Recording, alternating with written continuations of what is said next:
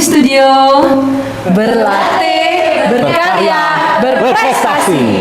Assalamualaikum warahmatullahi wabarakatuh. Hari ini saya alhamdulillah bisa hadir di studionya Mbak Dias. Dia adalah salah satu koreografer yang top markotop di Surabaya ini.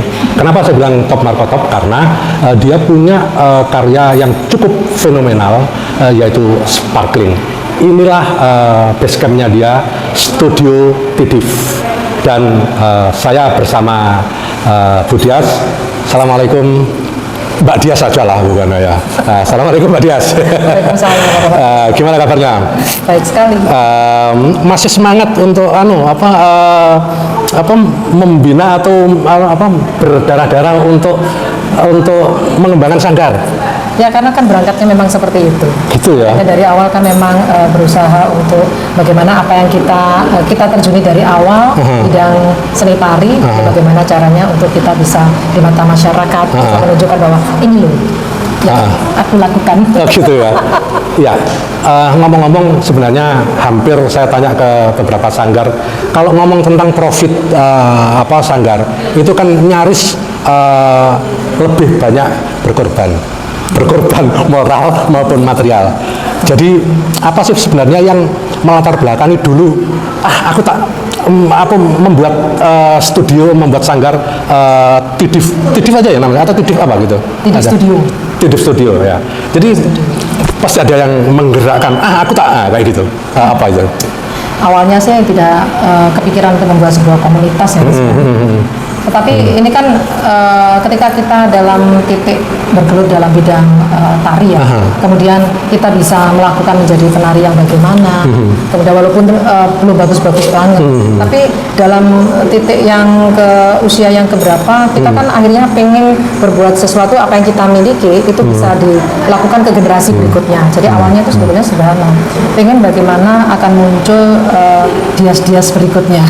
Gitu ya. Artinya berarti Anda punya kesadaran betul bahwa Dias ini sebenarnya sudah muncul di situ dalam hal mungkin sebagai artis adalah sebagai penari yang punya pengalaman, dan kemudian mungkin punya pengalaman proses, dan kemudian ini harus bisa berkembang, jangan sampai berhenti di situ. Harus kita bisa menularkan ke generasi berikutnya. Jadi sederhana saja sebetulnya. Pengen memunculkan generasi-generasi yang akan lebih baik dari apa yang saya miliki, seperti itu. Tapi sebetulnya tidak hanya dalam bidang bergelut ke dunia tarinya, tapi apa yang dari tari ini, apa yang bisa membuat generasi sekarang akan muncul. Jadi misalnya gini, karena tari itu membuat anak-anak itu bisa percaya diri. Karena tari membuat anak-anak itu bisa bersosialisasi dengan baik. Karena tari membuat anak itu menjadi bangga. Karena tari membuat anak-anak itu bisa peduli dengan bangsanya. Dan itu sudah ada yang Mbak Dias lihat bahwa itu sudah ada beberapa yang disampaikan ini sudah tampak pada adik kita. Anak didik. Ya. Sudah ya. Sudah. Jadi ya, berarti apa yang diharapkan itu tidak aneh. Tapi pasti ada keinginan yang lebih ya. Kira-kira kayak apa kalau keinginan yang lebih dari itu? Keinginan yang lebih gini sebetulnya. Ketika saya sudah bisa membentuk sosok penari ya. Kemudian saya sudah dari awal kan bercita-cita bagaimana anak-anak ini bisa bangga dengan apa yang dimilikinya. Ketika kami berjuang untuk ke tingkat internasional, karena kan di tingkat itu seorang penari itu kan biasanya kan jadi memunculkan jati dirinya, menjadi bangga kayak gitu. Tetapi ada sisi lain ketika memunculkan regenerasi itu kan tadinya ke penari. Nah, berikutnya itu kan regenerasi untuk bagaimana anak-anak itu menjadi tutor, kemudian mereka menjadi pelatih yang menggantikan kami, karena kan kami dari usia yang sekarang itu kan beda kan dulu ya. Dengan kesibukan dan sebagainya juga ya. Nah, sekarang ini kan akhirnya ada pelatih-pelatih di bawah kami. Nah, ini yang menurut saya ini anak-anak masih belum maksimal untuk bisa melakukan itu. Jadi bagaimana anak-anak bisa saya itu misalnya memberikan dia mendak yang bagus, lalu membuat tangan yang power, itu yang bagaimana yang begitu kerasnya menyemangati anak-anak. Ini kadang-kadang generasi untuk sebagai pelatih itu menurut saya masih belum ke anak-anak saya gitu, ke generasi saya yang ada di Lidik itu. Jadi masih butuh saya yang dalam titik akhir yang harus istilahnya mencambuk. Tapi ketika kami ada kesibukannya banyak, nah itu akhirnya ketika melihat penyajian itu kok gini sih, nah itu masih belum menurut saya. Saya tadi mendengar bahwa ada pencapaian-pencapaian anak-anak sampai tampil di luar negeri dan konon itu juga mendapatkan penghargaan ya. Nah itu kayak apa itu ceritanya? Itu kan sebetulnya itu kan kancah festival memang. Jadi kan kita kan beberapa itu ada yang di Rumania, kemudian di Spanyol, kemudian di Portugal. Dan tahun ini nanti di bulan Agustus kita akan berangkat ke Ceko. Itu juga festival. Luar biasa. Jadi capaiannya di tingkat internasional Sanggar ini luar biasa. Tentu di balik luar biasa itu ada pekerjaan atau terutama ownernya ini pimpinan ini ada juga pekerjaan yang luar biasa yang berdarah-darah. Iya, Seperti apa? Jangan dilihat itunya ya, ke sana gitu. Tapi ada sesuatu yang di balik itu. Itu adalah sebuah perjuangan. Perjuangan kami berdoa. Ini kan, iya betul. Kami ini kan biasanya itu ya sederhana sebetulnya Mas. Saya itu kan orangnya tidak ambisi, tapi ketika ada sesuatu itu mengajak anak-anak untuk berjuang bersama-sama. Kita kan mengirimkan video karya kami gitu. Kemudian jadi anak-anak sudah bisa ada beberapa karya yang cocok untuk difestivalkan, yang folklore kita biasanya ikut. Kemudian dikirim, dan biasanya itu nanti ada beberapa seleksi yang nanti muncul. Jadi ketika nanti nama kita muncul, baru nanti kita berusaha untuk lebih serius, lebih mempersiapkan itu kita selain mempersiapkan kita yang utamakan berkaitan dengan dana. Jadi kita berjuang untuk kementerian. Jadi kita dapat akses ke Kementerian Kebudayaan di pusat. Kemudian kita cari donatur. Kebetulan beberapa kali kemarin kita dapat donatur yang memang sponsor tunggal.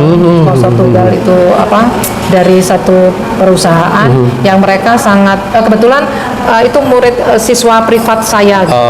Jadi siswa privat yang memang dari kecil kemudian orang tuanya punya perusahaan seperti itu. Nah, iya. Saya kira memang tidak semudah orang ngomong sponsor ya. Sponsor karena apalagi bidang tari. Ini juga pengalaman saya waktu membantu di Festival Cak Jurasim misalnya, ketika kita cari sponsor ternyata memang ada histori-histori yang itu kemudian mereka bisa memberikan sesuatu. Nah ini tadi ternyata juga begitu ya, ada histori bahwa anaknya pernah ini sehingga kemudian mereka itu sangat care untuk membantu karena memang sudah ada. Nah ada hal yang sangat menarik dan ini mungkin perlu diketahui oleh teman-teman yang berimun di kebudayaan khususnya di seni tari. Mbak Dias ini karyanya menjadi brandnya Kota Surabaya, yaitu namanya tari Sparkling Surabaya. Sparkling Surabaya ya, Sparkling Surabaya. Ceritanya bagaimana kok kemudian itu judulnya kemudian menjadi itu, dan kemudian itu memang kemudian benar-benar oleh Kota Surabaya itu dijadikan sebagai ikon, dan tahun berapa lah itu ya, agak lama. Gimana? Ikonnya Surabaya. Kan waktu itu tahun berapa? 2005 itu kan munculnya. 2005 itu munculnya branded Sparkling Surabaya, Mas. Kemudian kami ini membuat karya yang Surabaya, tentang Surabaya gitu. Kan tapi karena saya itu memang basicnya ya Mas Rofik tahu kan basicnya bukan yang tradisional banget ya, karena kan saya dulunya memang belajarnya ke modern, ke balet gitu. Jadi membuatnya tarian yang memang image-nya Surabaya gitu loh, yang agak metropolis, agak modern kayak gitu. Surabaya tapi yang metropolis karena kotanya memang kota metropolis, kota kedua terbesar di Indonesia kan gitu kan. Itu jadi jadi bagian dari yang dipertimbangkan ya. Iya, terus kemudian sebetulnya awalnya itu bukan judulnya tari Sparkling Surabaya, tapi waktu itu ada kabitnya pariwisata ya waktu itu, kabitnya dinas par itu melihat ketika saya membuat proses itu, iki loh tariannya kok kok sesuai Budias, tarinya ini judulnya apa, tarinya waktu itu saya berjudul apa ya lupa saya, kan ini maksudnya Surya, kayaknya ada Suryanya, Surya Surabaya itu bersinar gini, itu loh kasih judul Sparkling Surabaya gitu loh, Bapak itu bilang Terus ayo ini coba ini ditampilkan waktu itu di HUT Surabaya gitu Mas. Nah kebetulan waktu sebelumnya itu saya memunculkan tari itu saya diminta waktu itu ada acara untuk Disbudpar itu di Bali, di Jembrana waktu itu. Terus ya itu dikasih pin ini loh Budia Sparkling Surabaya ini branded 2005 ini terus gitu. Oh saya gitu apa itu maksudnya lah, itu saya baca akhirnya oh makanya beliau mengatakan bahwa tarian ini cocok untuk sparkling, itu ceritanya. Iya. Nah jadi muncul ada tarian itu dianggap oleh mereka itu cocok dengan branded itu akhirnya terus waktu itu kan Surabaya Tourism itu ketuanya kan Bapak Yusak Ansori kan dari Surabaya Plaza itu mereka kan mempromokan branded sparkling itu lalu meminta untuk diawali dengan tarian sparkling Surabaya lalu waktu itu di Jogja di Jakarta nah kami yang dibawa ke sana jadi bawa penari itu gitu ya artinya jadi setiap promokan sparklingnya branded itu ada tarian itu gitu ceritanya jadi akhirnya ada semacam kolaborasi yang luar biasa antara sanggar antara pemerintah kemudian mungkin EO atau dunia usaha atau apa dunia pariwisata secara keseluruhan sehingga jadilah itu ya. Itu bagian dari bagian dari capaian yang ada di sanggar ini ya salah satunya ya. Nah ada lagi yang mungkin saya ingin dapat cerita.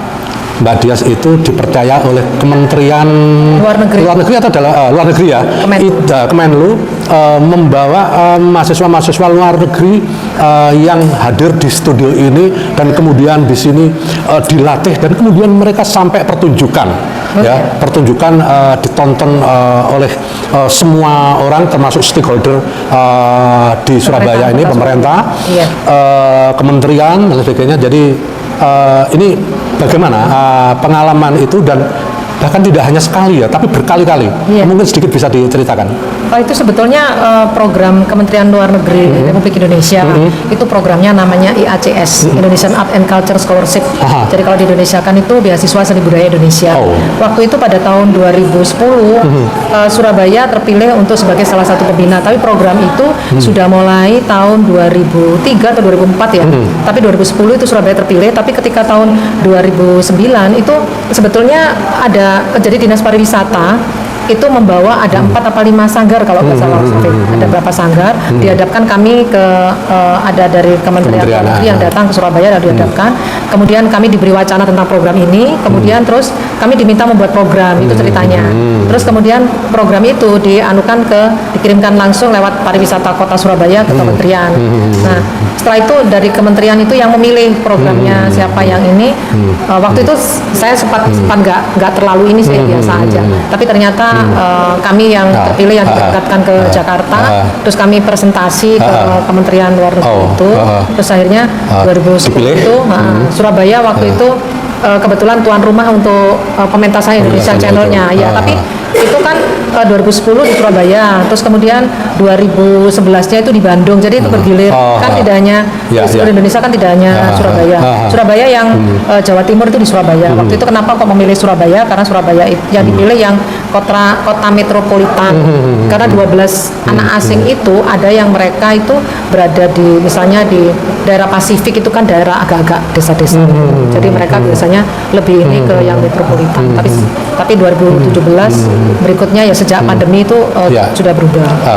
Oke, jadi itu sampai berkali-kali ya? Berkali-kali dalam waktu 3 bulan ya prosesnya? Programnya itu dalam 3 bulan. Apa yang menjadi titik bahwa ini menjadi penting bagi Mbak Dias secara pribadi atau sanggar terhadap program ini?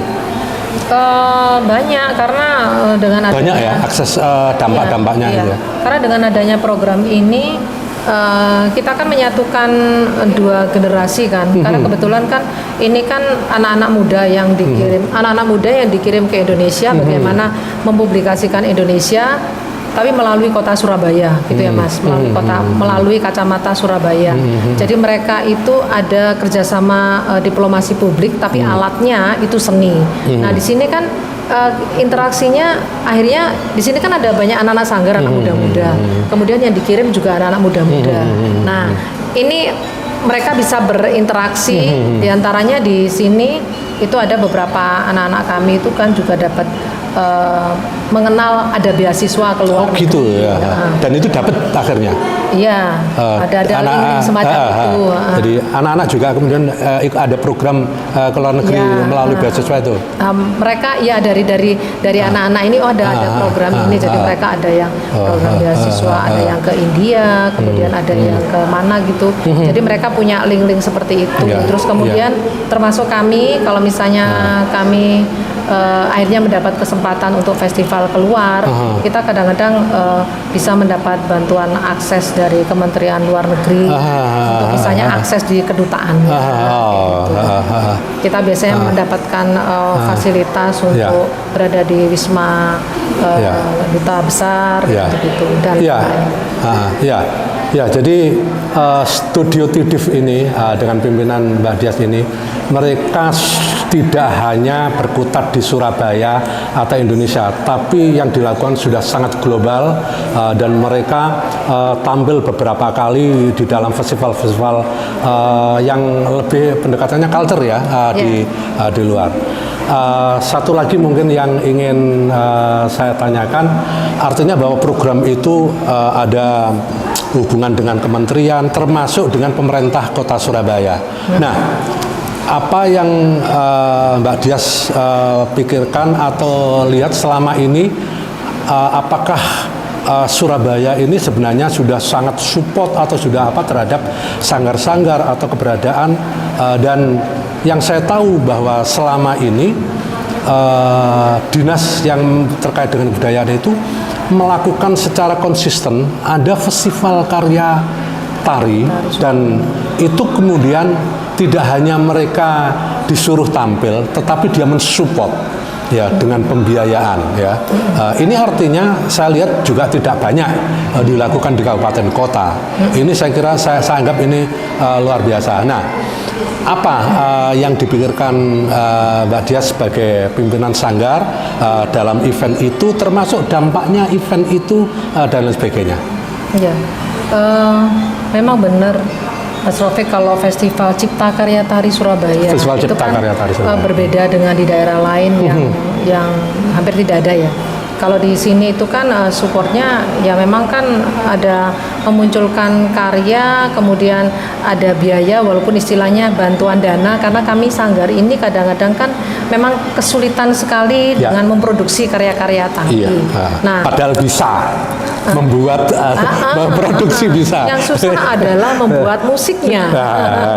Membuat musik itu kan mahal. Sehingga dengan adanya support dari pemerintah Kota Surabaya untuk bisa membuat karya tari ini setahun sekali, tapi sekarang ini kayaknya udah digilir.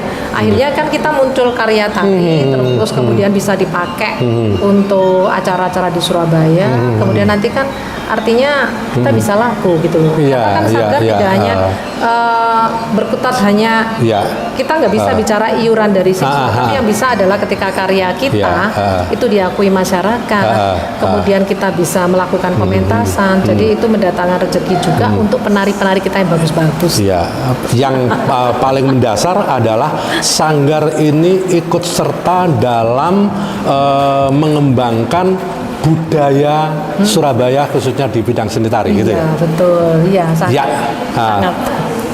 Baik, terima kasih. Jadi melalui seni tari ya, bisa muncul Surabaya. Nah itu, jadi pemirsa, teman-teman pemerhati di seni budaya khususnya di seni tari, itulah ngobrolan kami pendek dengan Mbak Dias sebagai owner dari Studio Tidif. Mudah-mudahan apa yang kita bicarakan ini ada manfaat bagi kita semuanya, khususnya terkait dengan dunia seni tari di Surabaya, Jawa Timur, atau Indonesia, bahkan dunia. Terima kasih, selamat malam, salam budaya.